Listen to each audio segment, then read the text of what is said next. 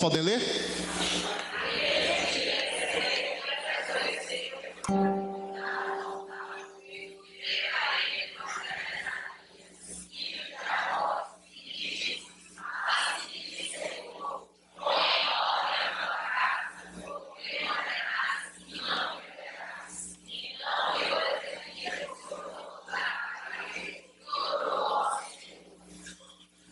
Próximo slide.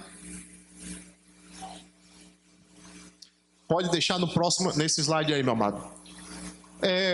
Os irmãos viram ali o texto da palavra de Deus, onde o rei Ezequias, um rei de Israel bem-sucedido, ele estava padecendo de uma enfermidade. E quando ele viu os seus últimos momentos de sua vida e a brevidade da vida, ele foi buscar a presença do Senhor.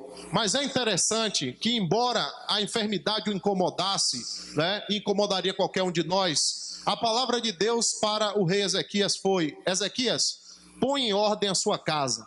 Cada um de nós que estamos aqui entendemos o que é a brevidade, entendemos de alguma maneira o que é a brevidade da vida e o contexto das nossas relações sociais, que são transitórias. Nós temos o privilégio durante um período da nossa vida de coabitar com alguém, ter um relacionamento familiar, ser um filho, ser um pai, ser um esposo, e desenvolver o nosso ciclo de relacionamentos na família, mas sabendo que o ciclo da vida continua e que é um rico privilégio e um privilégio ligeiro que passa muito rápido a infância e a convivência em família. Eu vi essa semana uma postagem, por exemplo, do Facebook da nossa irmã Anne, não foi? Postando com seus filhos no ano de 2008, eu apertei lá até para poder curtir. A irmã Anne postou sabiamente uma palavra de conselho: olha, aproveite o tempo, era 2008, meus filhos eram ainda crianças, hoje eles já são jovens. Aproveite o tempo que você tem de convivência com eles para abraçá-los, amá-los e dizer para eles que Jesus os ama. Então a palavra de Deus para o rei Ezequias foi: Ezequias, põe em ordem a sua casa. É lógico que quando a palavra de Deus está dizendo a Ezequias, põe em ordem a sua casa, ele não está falando de casa estrutura, ele está falando de oikos, ele está falando de família. Havia alguma coisa na vida familiar do rei Ezequias que precisava ser ajustada aos olhos do Senhor. Ao longo da Bíblia, homens de Deus se depararam com essa realidade, foram bem-sucedidos no seu reinado e em funções que desenvolveram, mas infelizmente não foram bem-sucedidos na família. E a Bíblia diz que Ezequias, quando se deparou com essa realidade, ele foi orar ao Senhor. Ele foi encorajado pelo Senhor a lutar pela sua família. Então essa já é uma primeira palavra de encorajamento na Bíblia para mim e para você. Buscar a presença de Deus em oração para que haja mais da presença de Deus nos nossos lares.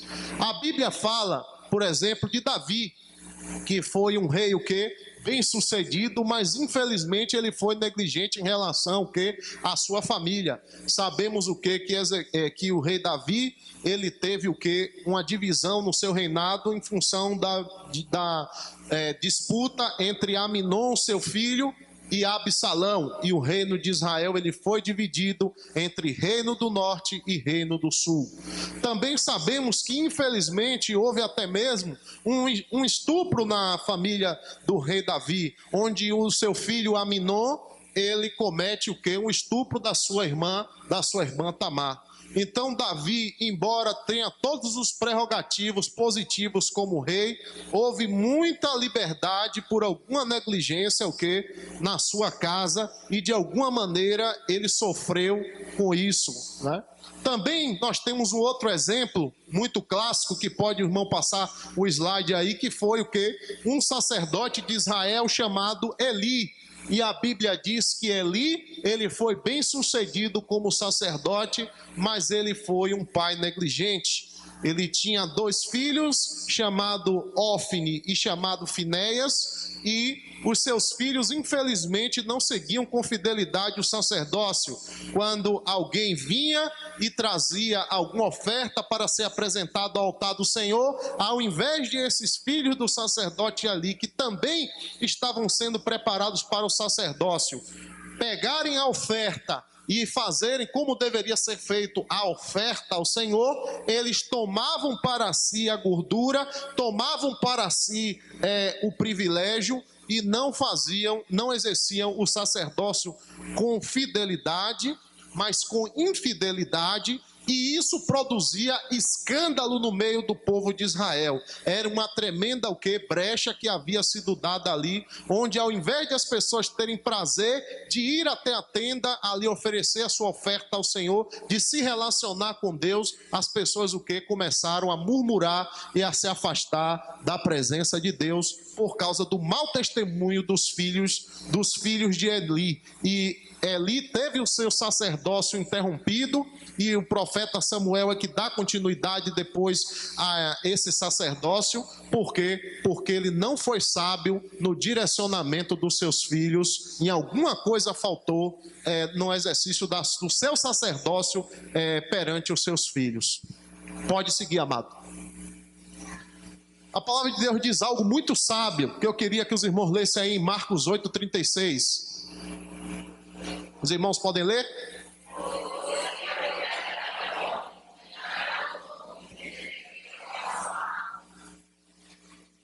Esse é um pensamento muito sério, uma palavra de sabedoria e advertência do Senhor muito séria. Eu tenho escutado como pastor de muitos líderes e até pastores de muito mais caminhada do que eu, 30, 40 anos de ministério, se eles pudessem voltar atrás, voltar no tempo, o que eles fariam de melhor nos seus ministérios. E a maioria deles é enfático em dizer: olha, eu teria priorizado mais tempo com minha esposa, eu teria priorizado mais tempo com meus filhos, eu teria priorizado mais tempo com a minha família. A vida é muito breve e muito curta.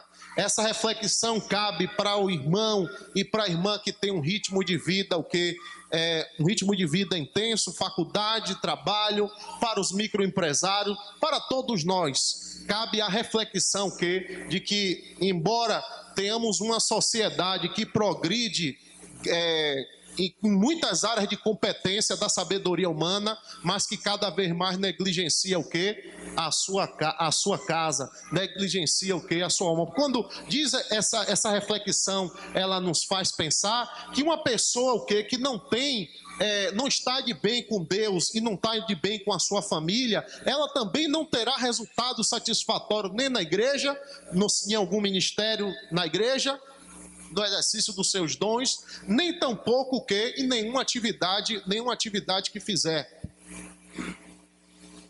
Eu li uma pesquisa de uma psiquiatra renomada chamada Roseli, e ela, num livro Cuidando dos que Cuidam, ela fala um pouco sobre isso, como quando a pessoa vive em um ambiente familiar equilibrado, quando ela está bem com Deus, quando ela está bem consigo mesma, e como ela está bem com a família, como ela consegue muitos melhores resultados na sua vida secular.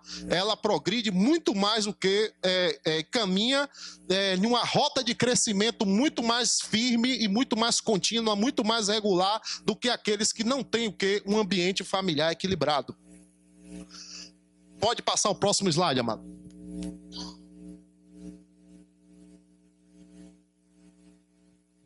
Tá aí. Tem uma orientação do Senhor Jesus Cristo em Lucas capítulo 8, verso 38 e 39, que diz assim, e aquele homem de quem haviam saído os demônios, rogou-lhes que o deixasse estar com ele.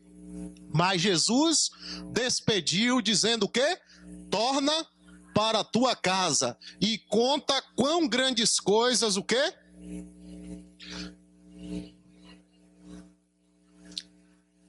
quão grandes coisas Jesus lhe tinha feito. O homem que havia sido curado por Jesus, liberto por Jesus, que desejava ardentemente seguir Jesus. Mas Jesus disse para ele: vá à tua casa e conte o que, quantas coisas Deus te fez. Esse deve ser um princípio que jamais devemos perder de vista. Influenciar prioritariamente o que? Aqueles os quais têm um relacionamento próximo, para que eles também sejam levados o que? A desenvolver uma comunhão verdadeira com o Senhor. Pode passar, amado. Então, nosso lar precisa de uma cobertura espiritual. E a Bíblia nos oferece alguns exemplos nesse sentido. Pode passar, amado. Olha só a orientação do Salmo 127, verso 1 e verso 2.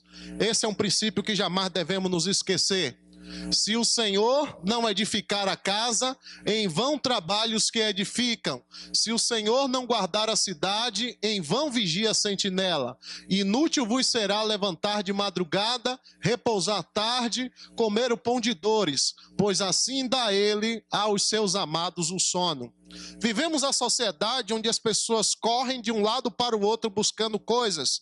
Essa semana, muito já começou a se falar sobre as compras para o dia 12, o Dia das Crianças.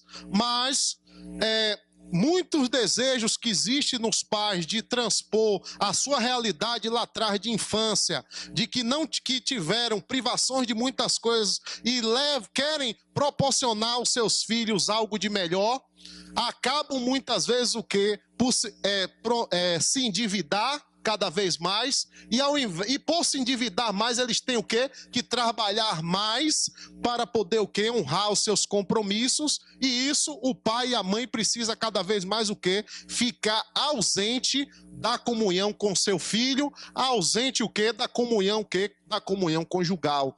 E ao invés de promover na família uma comunhão maior, o que na verdade é o quê? É um afastamento e uma divisão, porque para ter comunhão tem que ter tempo junto. E o mundo é muito dinâmico e ele nunca para, a roda não para de girar.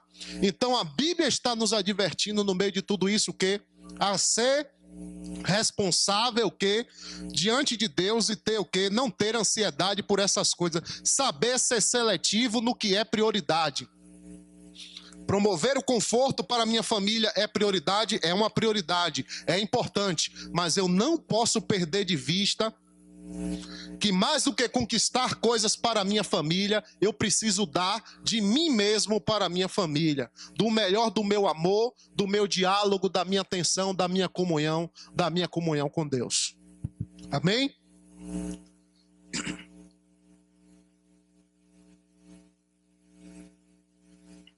Precisamos permanentemente o quê? Interceder pelo nosso lar. Nós temos um exemplo clássico sobre isso, que é o nosso irmão Jó. Ó, o que é que a Bíblia testemunha sobre Jó aí? Podemos ler?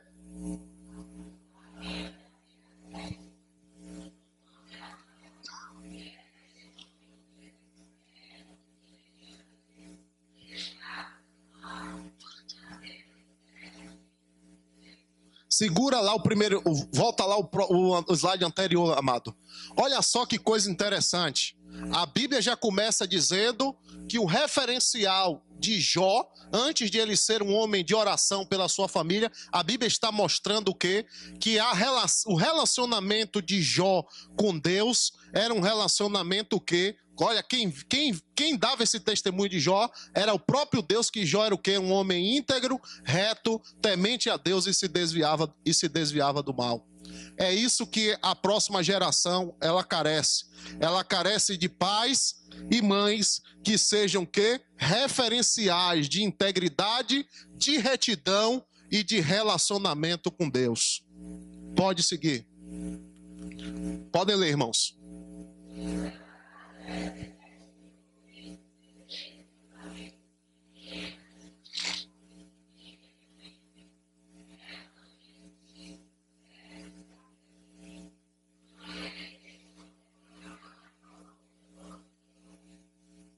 Um homem cheio de bens, tem muita coisa para fazer, tem muita reunião administrativa para para liderar, ele tem pessoas ao seu comando que ele precisa orientar, que ele precisa capacitar, documentos a serem assinados, coisas a serem deliberadas, coisas a serem organizadas, estudadas, pesquisadas, e isso tudo leva muito tempo, não é verdade? Jó tinha todas essa carga de responsabilidade sobre ele. Mas a Bíblia vai dizer alguma coisa a mais sobre Jó, como era que ele lidava com todas essas responsabilidades. Segue lá, amado.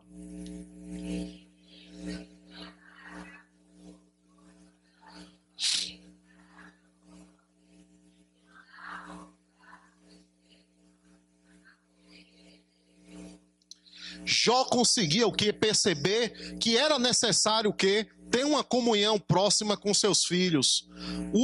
O encontro familiar não era algo acidental, mas era algo que planejado, aquele encontro que priorizando acima de tudo o que a família. Eu tenho certeza que na realidade do lado dos irmãos, no mundo dinâmico que vivemos, como é difícil conseguirmos o quê? Reunir toda a nossa família em um almoço ou no encontro de domingo. Até mesmo durante a semana, há muitos momentos o quê? Que um está chegando, o outro está saindo, e é muito difícil termos esse encontro familiar.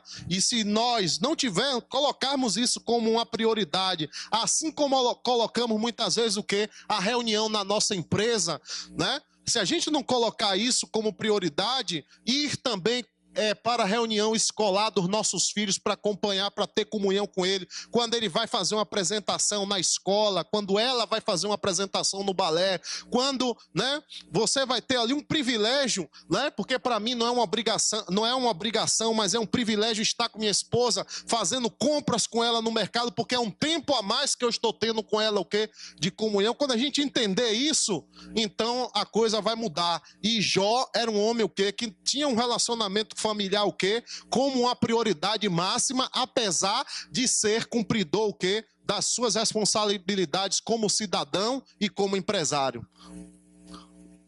Os irmãos podem ler?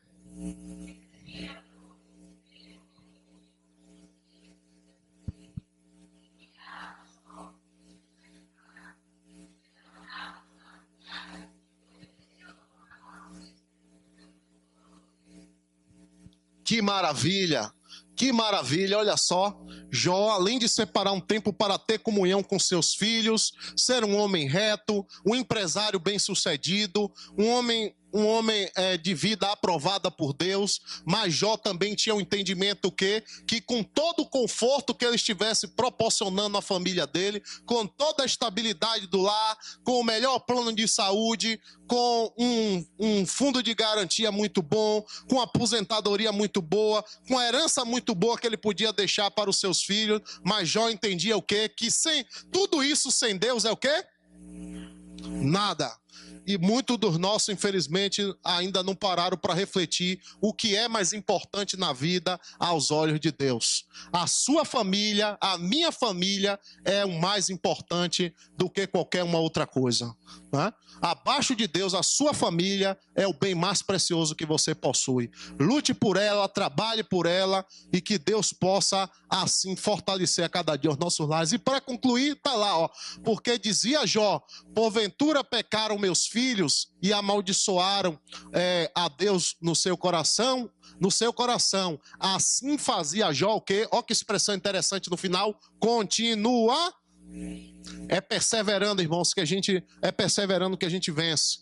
Quando estou com a minha filha, eu tenho incentivado ela, estado com ela em momentos para a gente poder estar orando, seja na refeição, seja na hora de ir para a escola, saio para trabalhar, oro com ela e com a mãe, volto, oro também com ela, e sempre orando e incentivando ela. Minha filha, faltou o quê?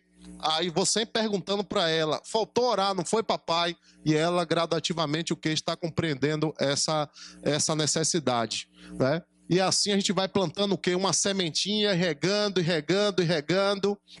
Eu posso dizer também do meu lar, estava conversando com o pastor Leandro hoje, e eu disse para ele: olha, pastor Léo, tenho colocado sempre como uma prioridade, minha esposa está fazendo alguma coisa na cozinha de manhã, e aí o que é que eu faço? Eu pego a leitura do manancial, leio o texto, faço a leitura do manancial e ali mesmo peço a ela para dar uma pausa e oro junto com ela.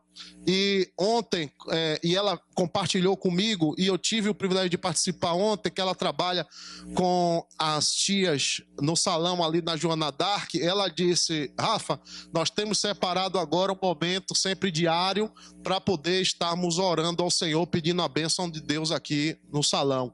Todas servas de Deus, mas são coisas que se a gente baixar a guarda, der uma brecha, a gente se distrai e o inimigo, então, faz o trabalho dele. Por isso é necessário o quê? Orar e vigiar continuamente, perseverando sempre o quê? Na oração, como diz a palavra de Deus. Amém?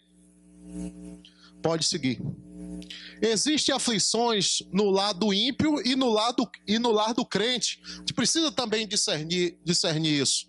Mas a diferença é que o lar que permanece é aquele que está com a fé solidificada, o quê? Na obediência da palavra de Deus. O lar que é abençoado, que é fortalecido, não é aquele que tem o Salmo 91 e o Salmo 23 aberto com a Bíblia que está dando poeira lá, que não abre, ou com um quadro lá, o Senhor é meu pastor e nada me faltará. Não. A casa que permanece no meio da adversidade, o quê? É a casa que está firmada, o quê? Na obediência à palavra de Deus. E você tem muito mais paz. Não é que você vai exigir de Deus, mas você tem muito mais confiança e muito mais alegria quando você vai à presença de Deus para pedir algo sobre o seu lar, que você sabe que você está sendo o quê? Um exemplo na sua casa, que você está sendo o quê? Uma pessoa que não só está apontando para o seu esposo ou para a sua esposa o caminho, que não está apenas apontando para o seu filho um caminho, mas está sendo o quê? Um referencial para ele aos olhos de Deus. Ele ou ela não está vendo em você um modelo hipócrita, dicotômico, na igreja uma coisa, em casa outra. Está vendo em você o quê? Uma retidão aos olhos do Senhor. Então você tem paz com Deus para fazer uma oração e pedir a Deus o quê? A bênção dele, a sabedoria dele e a graça dele sobre sua família. É por isso que Jó era abençoado. E aí a palavra de Deus nos fala sobre isso, ó, em Mateus capítulo 7.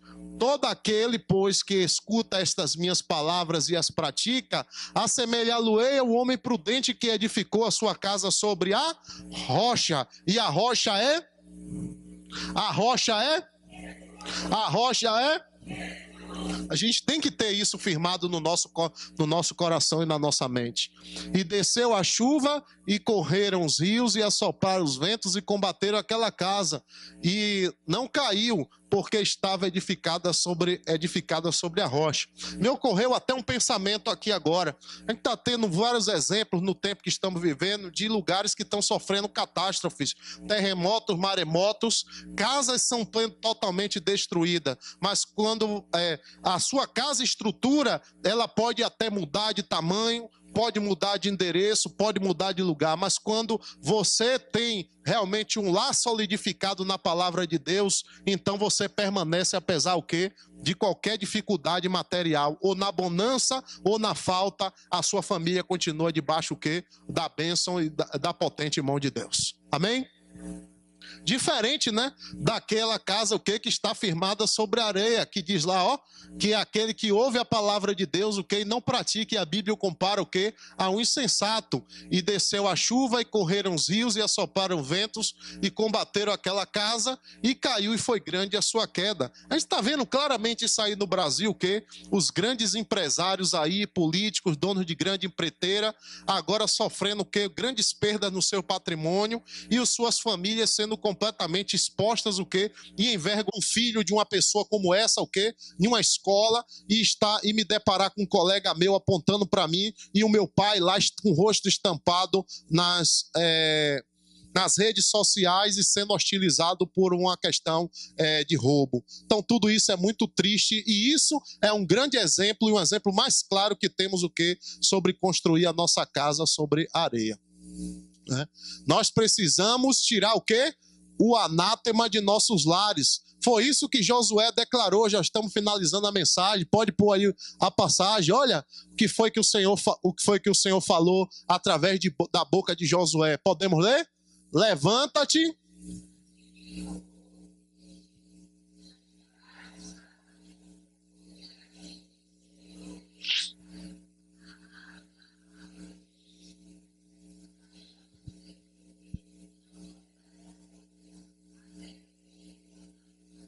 o anátema do meio de vós. Pode seguir o slide.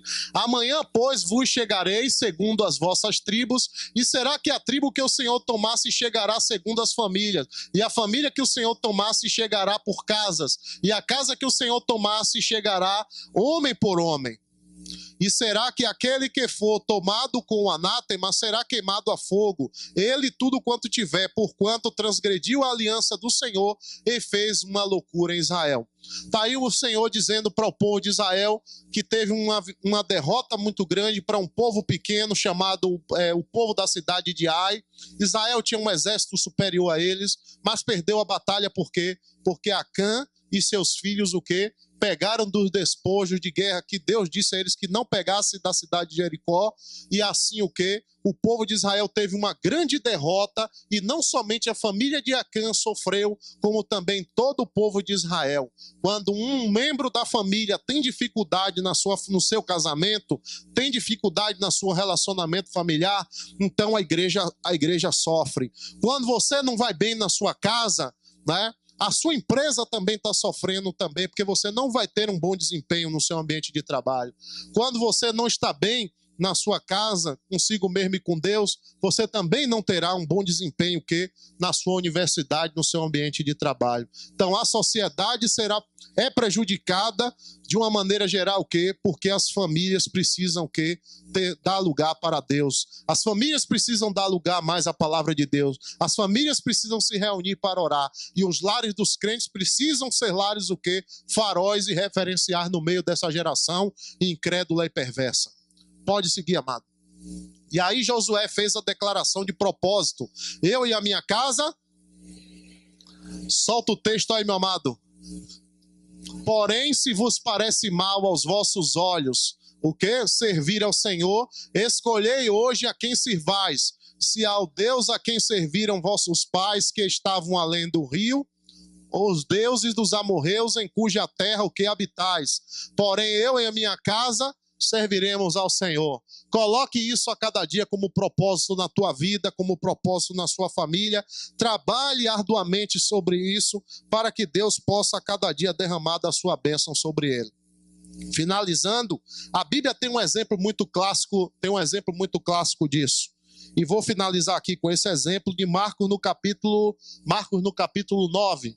A palavra de Deus fala, irmãos, que Jesus vai orar com uma parte dos seus discípulos, leva consigo Pedro, João e Tiago, e quando ele desce do monte, do momento que estava ali orando, que a Bíblia diz que foi o momento da transfiguração, está aí a partir de Marcos capítulo 9, versículo de número 14, e diz a palavra de Deus que ele desce e encontra o seguinte cenário: uma parte dos seus discípulos lá embaixo do monte, uma grande multidão, doutores da lei reunidos discutindo entre si, porque um senhor tinha um filho que estava sendo vitimado por obra maligna de opressão diabólica, e a Bíblia diz que aquele espírito maligno fazia aquele garoto se lançar no fogo e convulsionar, aquele espírito maligno provocava enfermidade na vida daquele jovem,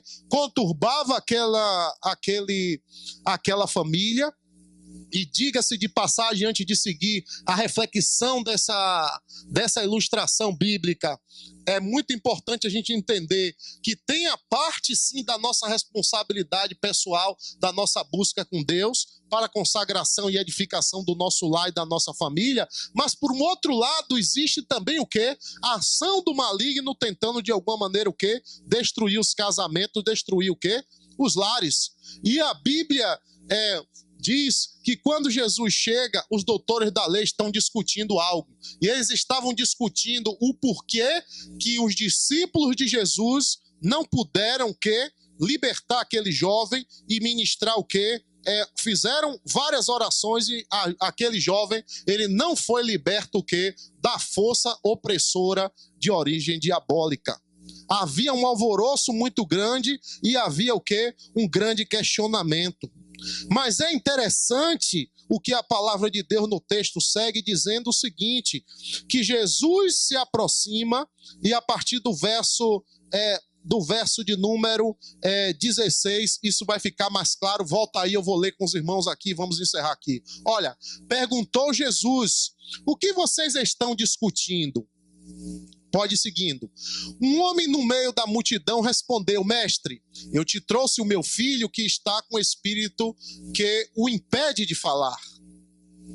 Onde quer que o apanhe, joga-o no chão, ele espuma pela boca, arranja os dentes e fica ringindo. Pedi aos teus discípulos que expulsassem o espírito, mas eles não conseguiram.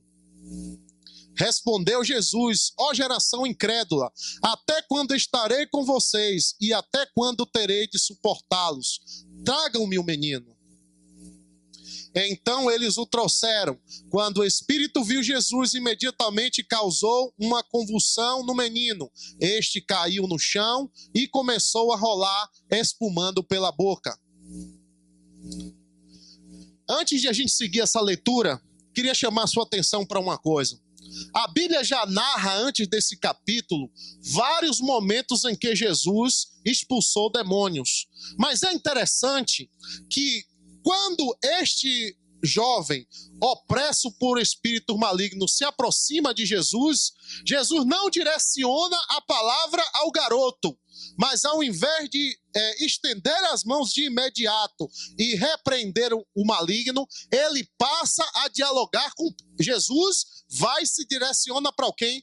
Para o pai do menino, indicando o texto da palavra que parte do problema que o garoto estava passando naquela hora era também o quê?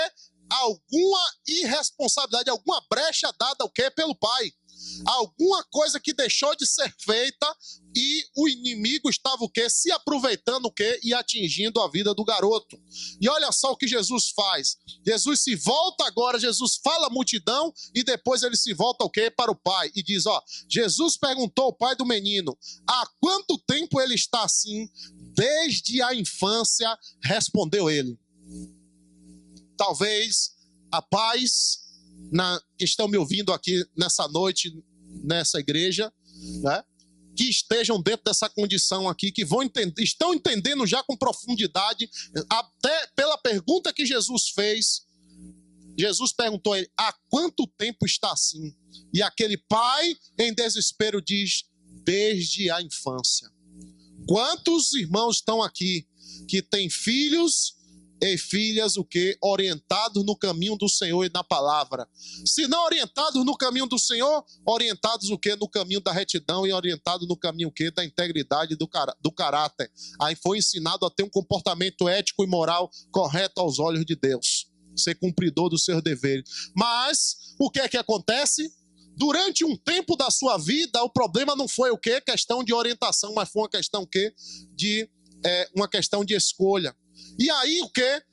E esse sofrimento está o quê? Durando um período muito longo já na vida de muitos pais que não aguentam mais o quê? Derramar lágrimas e derramar joelhos, tempo de oração com Deus, pedindo a Deus o quê? Senhor, liberta meu filho. Senhor, direciona meu filho. Senhor, entra com providência na vida do meu filho. Foi com essa expectativa que Jesus o quê? Faz aquela pergunta para ele, já sabendo até o que iria ouvir. Mas era necessário que aquele pai, o quê? Com aquela pergunta, o quê? Olhasse para dentro de si e refletisse qual era a sua responsabilidade no meio daquilo que estava acontecendo. Onde era que estava o quê? A responsabilidade do pai para que pudesse interferir positivamente na vida do filho. Então, olha só, e o pai continua: muitas vezes esse espírito o tem lançado no fogo e na água para matá-lo. Meus irmãos, que angústia esse pai não carregou durante tantos anos. Um pai e uma mãe sabe como se preocupa com seu filho e tudo o que quer é quando escuta a chavinha na porta lá: meu filho entrou em casa, minha filha entrou em casa. Então o pai pode e a mãe pode dormir em paz. E aí, olha o que é que diz: mas se podes fazer alguma coisa, tem compaixão de nós e ajuda-nos. Olha, percebam que tem aí o que? O si. Ele entendia que Jesus tinha o poder, mas ele de fato o que? Não cria de todo o coração. Mas ele coloca o que? Tem compaixão de mim, Jesus. ele passa a ter o quê? Uma atitude de quebrantamento. Se eu fiz, Senhor, alguma coisa, se eu dei alguma brecha, alguma legalidade, se me faltou ser alguma coisa para o meu filho ou para a minha filha, ou como esposo ou como esposa, e que fez com que o meu relacionamento conjugal e familiar fosse o quê? Degenerado a esse ponto que o inimigo estivesse deitando, enrolando, Senhor, eu agora estou reconhecendo, Senhor, que eu preciso o quê? Da tua compaixão, eu preciso que o Senhor me socorra, porque sozinho eu não vou conseguir. E é interessante também que a multidão estava dizendo, e até o próprio pai em um determinado momento reproduz a fala, o quê? Que foi o quê? Os teus discípulos não puderam expulsar. Quanta gente aqui já não abriu a boca para dizer, culpar a igreja, ou a liderança de determinado departamento da igreja, ou o pastor da igreja, ou o líder do seu departamento, o quê? Meu filho não está crescendo na palavra de Deus por causa do professor da escola bíblica dominical. Meu filho não está crescendo na presença de Deus porque está havendo uma ação muito bem elaborada pelo departamento A, B, C ou D. Mas hora nenhuma a gente para pensar nisso que Jesus fez esse pai pensar. E onde é que está a minha responsabilidade no meio disso tudo? Foi isso que Jesus fez esse pai pensar. E aí, ó, como segue agora? Então, finalizando. Se podes, disse Jesus, tudo é possível, o quê? Eu posso mudar essa realidade na tua vida conjugal. Eu posso mudar essa realidade na tua vida familiar. Você pode ter dado brecha, pode ter perdido o controle nisso, mas eu continuo no controle de todas as coisas. E se você confiar em mim, e se você lutar junto comigo, se você orar mais, se você consagrar mais, se você santificar mais essa casa, então você vai ter vitória. E olha lá. Imediatamente o pai do menino exclamou, olha que maravilha, creio, ajuda-me, Senhor, a vencer essa incredulidade. Todo mundo que estava ali compreendia com clareza o que estava acontecendo. Tinham ali doutores da lei discutindo entre si, mas o problema é que todo mundo estava focado apenas o quê? Em apontar culpados, mas ninguém estava preocupado o quê? Com a vida do garoto e com a realidade daquela família. Mas Jesus, o que? Se preocupou com aquela família, que Jesus se preocupa com a minha família, ele se preocupa com a tua família. E ainda que falte até a ajuda de alguém que você gostaria, que você considera importante para você, mas ele não olhou por mim, ele não me ajudou naquela hora tão importante da minha vida, ele não me amparou. Mas Jesus é aquele que não te desampara, nem a você, nem a sua família. Ele luta com você e ele está com você, com o seu lar para te dar vitória. E aí quando Jesus viu que uma multidão estava se ajuntando, o quê? Agora Jesus vai o quê? Repreendeu o espírito imundo dizendo o quê? Espírito mudo e surdo, eu ordeno que eu deixe e nunca mais entre nele. Pode seguir, amado.